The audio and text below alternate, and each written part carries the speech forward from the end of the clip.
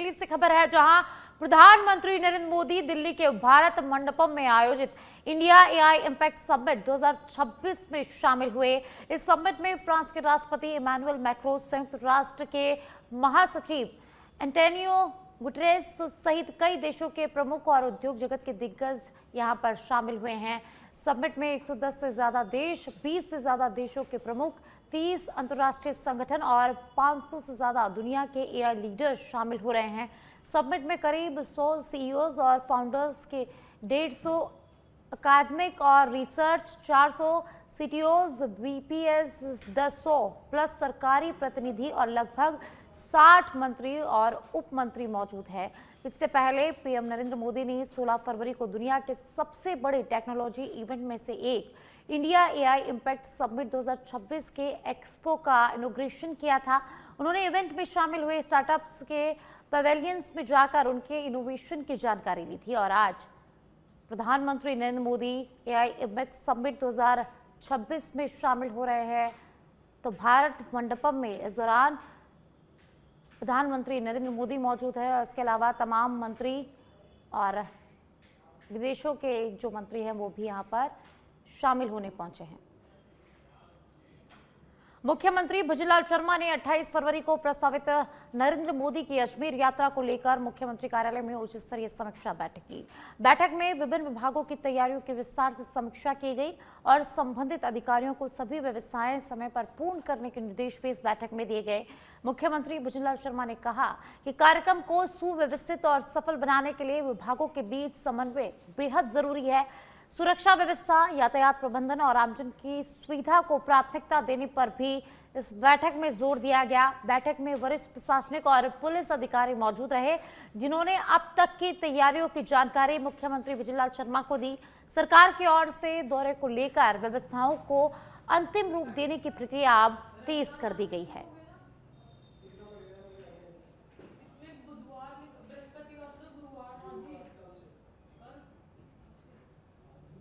मुख्यमंत्री भुजनलाल शर्मा ने उच्च स्तरीय बैठक ली है। प्रधानमंत्री नरेंद्र मोदी के राजस्थान दौरे को लेकर यह बैठक ली गई है। राजस्थान विधानसभा में आज भी हंगामे के आसार बने हुए हैं। प्रश्नकाल के साथ सुबह 11 बजे विधानसभा की कार्यवाही शुरू होगी। तारांकित प्रश्नों की सूची में 22 प्रश्न है। अतारांकित प्रश्नों की सूची में भी 22 प्रश्न है। मुख्यमंत्री से जुड़े विभाग, उप मुख्यमंत्री दिया कुमारी से जुड़े विभाग, चिकित्सा विभाग, संसदीय कार्य विभाग, खाद्य नागरिक आपूर्ति विभाग, पशुपालन एवं डेयरी विभाग और वन विभाग से संबंधित सवाल जवाब आज सदन में होंगे। विधानसभा की कार्यवाही सुबह 11 बजे प्रश्नकाल के साथ शुरू होगी। मुख्यमंत्री से जुड़े विभाग, उप मुख्यमंत्री दिया कुमारी से जुड़े विभागों से संबंधित सवाल जवाब आज सदन में होंगे। चिकित्सा विभाग, संसदीय कार्य विभाग, खाद्य नागरिक आपूर्ति विभाग, पशुपालन एवं डेयरी विभाग और वन विभाग से संबंधित सवाल जवाब आज सदन में होंगे। और आज भी राजस्थान विधानसभा में हंगामे के आसार बने हुए हैं। विपक्ष आज भी सदन में हंगामा कर सकता है, कई मुद्दों को लेकर सरकार पर हल्ला बोल सकता है। तो आज सुबह 11 बजे सदन की कार्यवाही शुरू होगी। प्रश्नकाल के साथ कार्यवाही शुरू होगी। तारांकित प्रश्नों की सूची में 22 प्रश्न है, तो वहीं अतारांकित प्रश्नों की सूची में भी आज 22 प्रश्न है। मुख्यमंत्री, उप मुख्यमंत्री दिया कुमारी से जुड़े विभागों से संबंधित सवाल जवाब आज होंगे। चिकित्सा विभाग, संसदीय कार्य विभाग, खाद्य नागरिक आपूर्ति विभाग, पशुपालन एवं डेयरी विभाग और वन विभाग से संबंधित सवाल जवाब आज सदन में होंगे।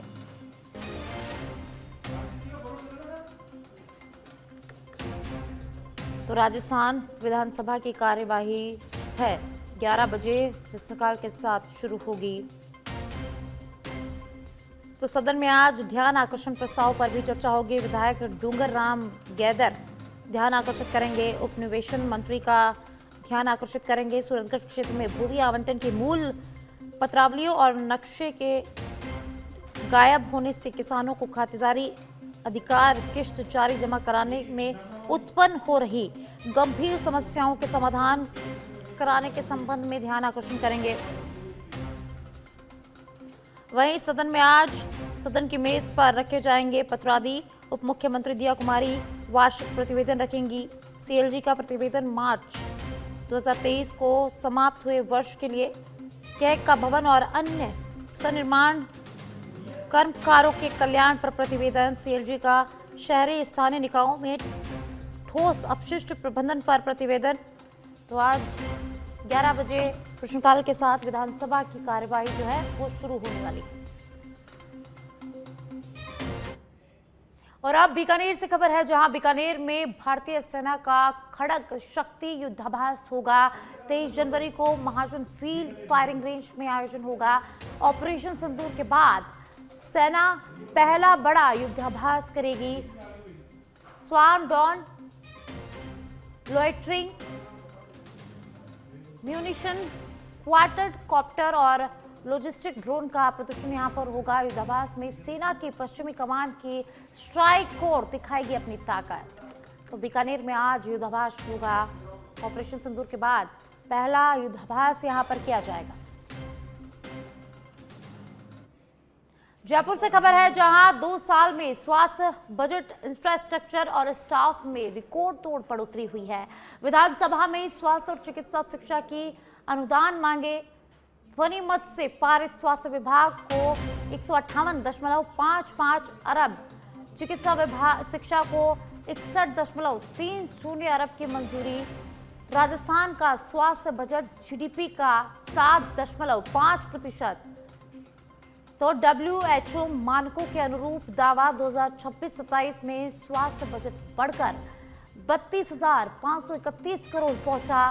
पीएम मोदी की नीति में 2016 के बाद 23 नए मेडिकल कॉलेज स्थापित किए गए। 2 साल में 6,400 नए अस्पताल यहां पर बढ़े हैं, बेड बढ़े हैं। 186 नए चिकित्सा संस्थान निर्माणाधीन। पूर्व सरकार की तुलना में ज्यादा पीएचसी, सीएचसी, जिला और सैटेलाइट अस्पताल खोले गए। 35,000 से अधिक भर्तियां पूरी। 14,000 पदों पर प्रक्रिया जारी है। मुख्यमंत्री आयुष्मान आरोग्य योजना के तहत 37 लाख मरीजों को 7,500 करोड़ का निःशुल्क इलाज।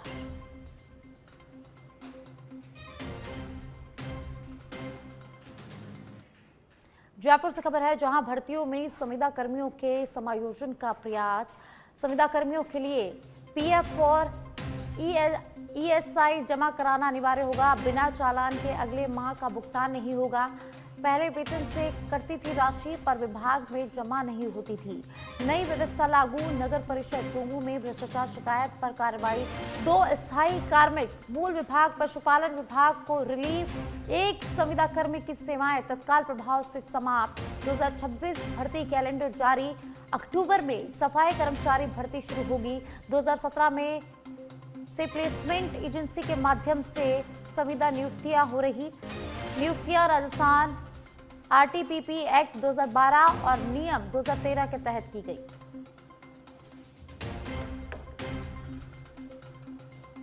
तो जयपुर से खबर।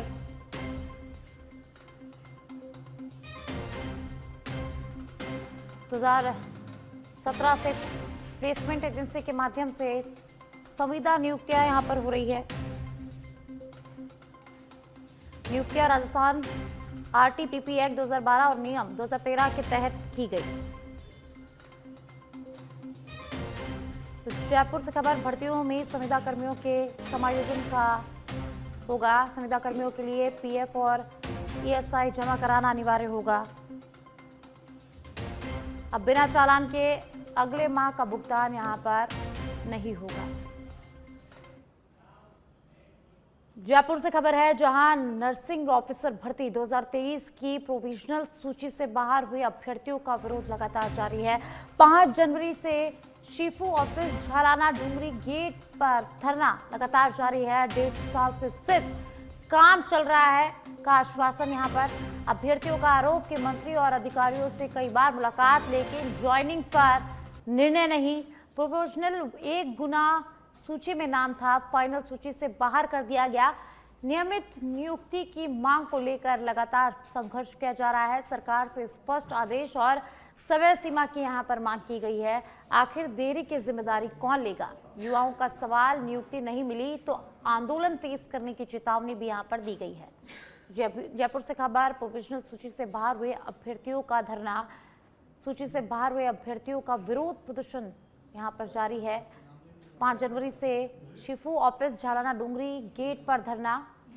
नर्सिंग ऑफिसर भर्ती 2023 से जुड़ा ये पूरा मामला है, जिसको लेकर अभ्यर्थी विरोध जता रहे हैं।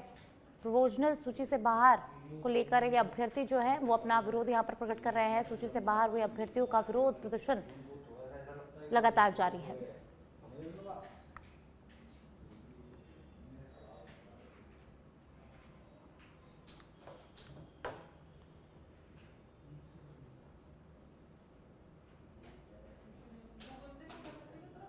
हाँ, तो आप कहाँ से आए हो? आप डूंगरपुर से आए? अच्छा, डूंगरपुर से। तो कितने दिन हो गए आपको यहाँ पर? 48 दिन हो गए हमें। अच्छा, तो आपकी क्या मांग है? हमारे 2023 की नर्सिंग ऑफिसर की मांग है, जो 1-1.5 साल से घूम रहे हैं। हमारे अभी तक नियुक्ति नहीं हुई है, इसलिए हम और बारिश की वजह से टेंट वगैरह सब उड़ के आंधी तूफान आते हैं।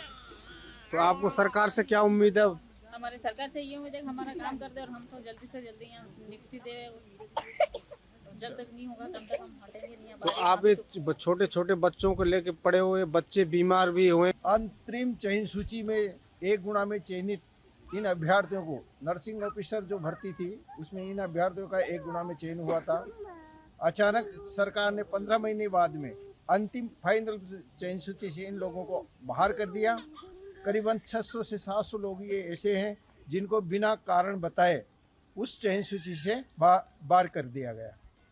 आज इनको अपनी वाजिब मांगते हुए 1 साल हो गया। 1 साल से पहले तो दर दर की ठोकरें खा रहे थे, मंत्री से मिल रहे थे, विभाग के आला अधिकारियों से मिल रहे थे। जब से इनको लगातार ये आश्वासन दिया जा रहा था कि आपके साथ न्याय होगा, लेकिन आज दिन तक इनके साथ न्याय नहीं हुआ। आखिरकार इन्होंने 48 दिन से 5 जनवरी से यहाँ पर बैठे हुए हैं और आज 48वां दिन है। 48वां दिन 2 दिन से यहाँ लगातार बारिश चल रही है। बारिश के इस में भी इनके बिस्तर गीले हो गए। ऐसी स्थिति में छोटे छोटे बच्चों को लेकर राजस्थान के विभिन्न जिलों से आई हुई महिलाएं अपने बच्चों को लेकर इस बारिश में भी यहाँ पर अपनी वाजिब मांग के लिए अड़ी हुई है। सरकार के द्वारा बराबर इनको यही आश्वासन आज भी यही दिया जा रहा है और आपका काम चल रहा है, लेकिन आज विषम परिस्थितियों में इनके साथ ऐसा हादसा होने से बची है। तेज हवाओं के साथ इनका जो आसरा बना हुआ था 48 दिन से वो उड़ गया। इनके पाइपों की लगने वाली थी, बहुत भयंकर हादसा होने वाला था, भगवान ने इनको बचा लिया। न जाने कितनी अनहोनी। हलोदी से खबर है, जहां मंडला सड़क मार्ग पर आज 2 कारों समेत 3 वाहनों की आमने सामने की जोरदार भिड़ंत हो गई, जिसमें 4 लोग घायल हो गए। हादसा गुमानपुरा मंडला रोड पर तेज रफ्तार वाहनों की टक्कर से हुआ, जिसके बाद मौके पर अफरा तफरी मच गई और मार्ग पर लंबा जाम लग गया। सूचना मिलते ही मंडला पुलिस चौकी की टीम मौके पर पहुंची और राहत बचाव कार्य शुरू कर दिया गया और क्षतिग्रस्त वाहनों को हटवाकर यातायात बहाल कराया गया। हादसे में घायल सभी लोग गुजरात निवासी बताए जा रहे हैं, जिन्हें प्राथमिक उपचार के लिए देचू अस्पताल पहुंचाया गया, जहां उनकी हालत स्थिर बताई गई है। स्थानीय लोगों ने सड़क पर बार बार हो रहे हादसों को देखते हुए स्पीड ब्रेकर और सुरक्षा इंतजाम बढ़ाने की यहां पर मांग की है। फिलहाल पुलिस दुर्घटना के कारणों की जांच में जुटी हुई है।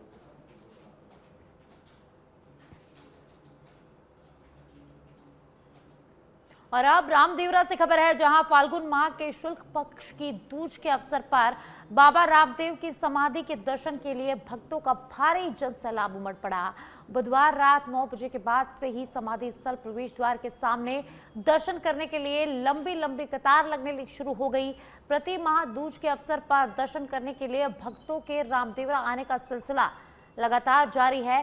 विशेषकर प्रत्येक माह के दूज के अवसर पर दर्शन करने के लिए सूरत, महसाणा, बड़ोदरा, राजकोट, गांधीनगर सहित अन्य स्थानों से लोग अपने निजी वाहन लेकर दर्शन करने के लिए रामदेवरा पहुंचते हैं। ऐसे में करीब 1 से 2 किलोमीटर लंबी कतार लग जाती है। भीड़ को देखते हुए पुलिस उप अधीक्षक भवानी सिंह राठौड़, थाना अधिकारी खेताराम सहित अन्य पुलिस जिन्होंने यहां व्यवस्था को संभाल कर रखा हुआ है। और अब खानपुर से खबर है, जहां खानपुर उपखंड क्षेत्र में किसानों की 1 साल की मेहनत पर कुदरत ने ऐसा प्रहार किया कि खून पसीने से सींची गई फसलें देखते ही देखते जमीन पर बिछ गई। पिछले 48 घंटों में उत्तर से पश्चिम भारत तक बदलते मौसम ने अन्नदाताओं की उम्मीदों को झकझोर कर रख दिया है। बेमौसम बारिश और तेज हवाओं ने गेहूं, सरसों और चने की तैयार खड़ी फसलों को भारी नुकसान पहुंचाया है। कटाई के लिए तैयार फसलें अब खेतों में गिर चुकी है, जबकि तेज हवाओं से सरसों की फलियां झड़ गई है और गेहूं की बालियों के काले पड़ने का खतरा किसानों को सता रहा है।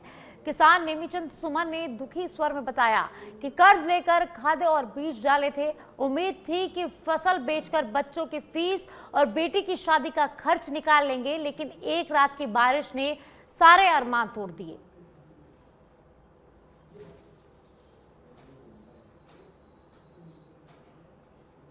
और अब भीम से खबर है, जहां भीम में गर्भवती महिला सहित 2 साल के मासूम की हत्या। 11 फरवरी को रात को घर में जेवरात लेकर ये महिला निकली थी।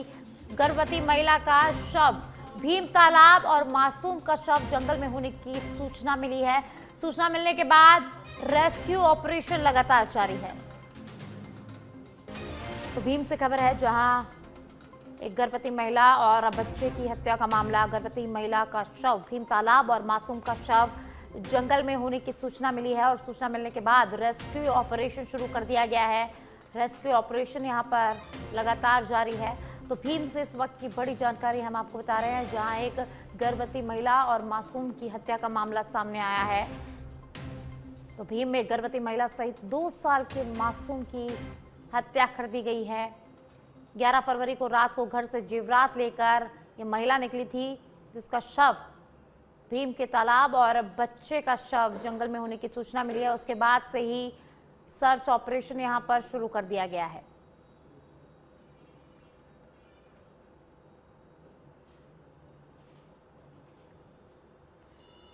मासूम का शव जंगल में होने की सूचना यहां पर मिली।